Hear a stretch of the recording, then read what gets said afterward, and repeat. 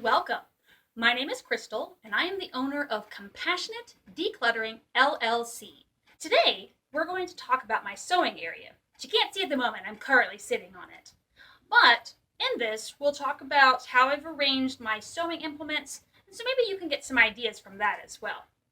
My sewing cabinet, I inherited this from my grandmother. You might have something different. You could use a card table, you could use a regular desk and some storage area for your sewing implements, whatever works for you. My fabric for my sewing projects is actually in this room, but it's in the closet. I'll show you that in just a moment. Off to the side, I have a folding chair and I have my folded cutting board. I also have an adjustable lamp.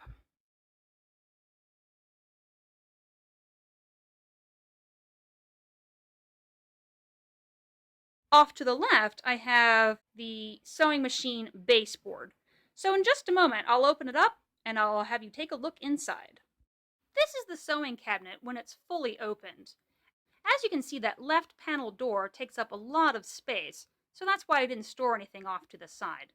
In a moment, I'll raise the sewing machine and then I'll talk about some of the individual storage areas inside. This is the thread sorter. Now, as this is my grandmother's sewing cabinet, this plastic is fairly old. I actually had to replace this bar. It used to be a plastic bar that went all the way through, much like this one. The problem is with older plastic is that it warps, it breaks, so that's what happened over here. But I was able to repair this by measuring the whole inside of this wooden part, measuring the diameter of that, and then finding a dowel rod that fit, sawing that with a handsaw, and then unscrewing the top piece, and then just putting it all in. So the individual thread drawers all swing out.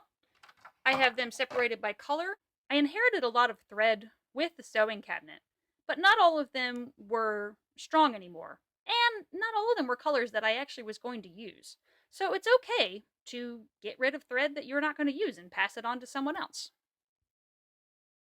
In the first drawer, I have everything that can be used for hand sewing.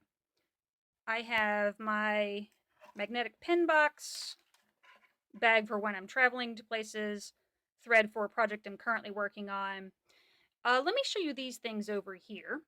What I have here are containers for small hand sewing objects. I have various types of closures. This button sorter has all of my hand sewing needles in one spot. I have all of the types of buttons that come with shirts, and they're all separated by their types. You can find these types of containers at Michael's and Joann's and other sewing notional stores. This is where I keep a couple of my favorite hand sewing needles. I take them with me when I'm traveling. That is my hand sewing drawer. This drawer is where I keep all of my tools. I have thread snips, fabric shears, seam rippers, all the tools that I need for completing a sewing project. This drawer is where I keep all of the tools related to the sewing machine itself. As you can see, I have multiple bobbins that are already pre-wound with the different colors I've been using. By the way, if you don't have a sewing cabinet yourself, you can achieve a similar result by getting plastic storage drawers and then just storing your things like that. The last drawer contains various trims, so that way I have them all in one place. When we moved, I took the opportunity to completely empty every drawer in my sewing cabinet to figure out which things that I actually wanted and which things I could pass on to someone else. That's the sewing cabinet. I actually have in the closet all of my fabric, so we'll talk about that in just a moment. In our previous apartment, I had all of the craft items, the sewing shelf that you see here, those were all stored in one small closet.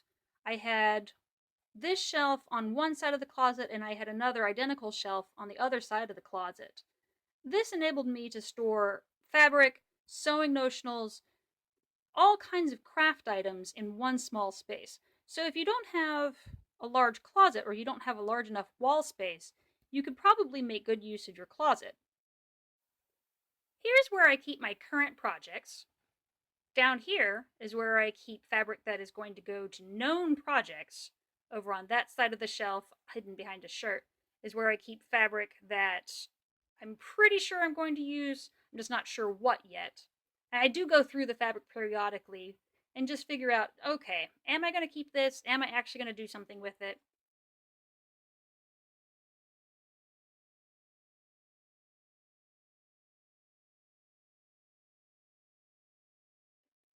Down here, I have larger materials. So this is a bag of fake fur. This is wool batting for a project that I'm going to be using with this fabric. And over here is a larger project that I'm working on. I want to point out something here in the closet. I have all of my patterns stored in a magazine rack. And each pattern is put in its own envelope, along with extra envelopes. The reason that I like this magazine rack is that everything is stored vertically, and then I'm not shuffling through things trying to find the flat piece of paper. So if you have patterns, store them vertically, and they'll take up less space, and then you won't have to sort through all of your things in order to find them. Once again, my name is Crystal, and I am the owner of Compassionate Decluttering LLC, located in the Northern Virginia area. This video was about my sewing area. If you have any questions or comments, feel free to leave them down below. If you like what you see, please feel free to leave a like or subscribe. And if you happen to be in the Northern Virginia area, check out my website, give me a call, and make an appointment. All right, make it a good day. Bye.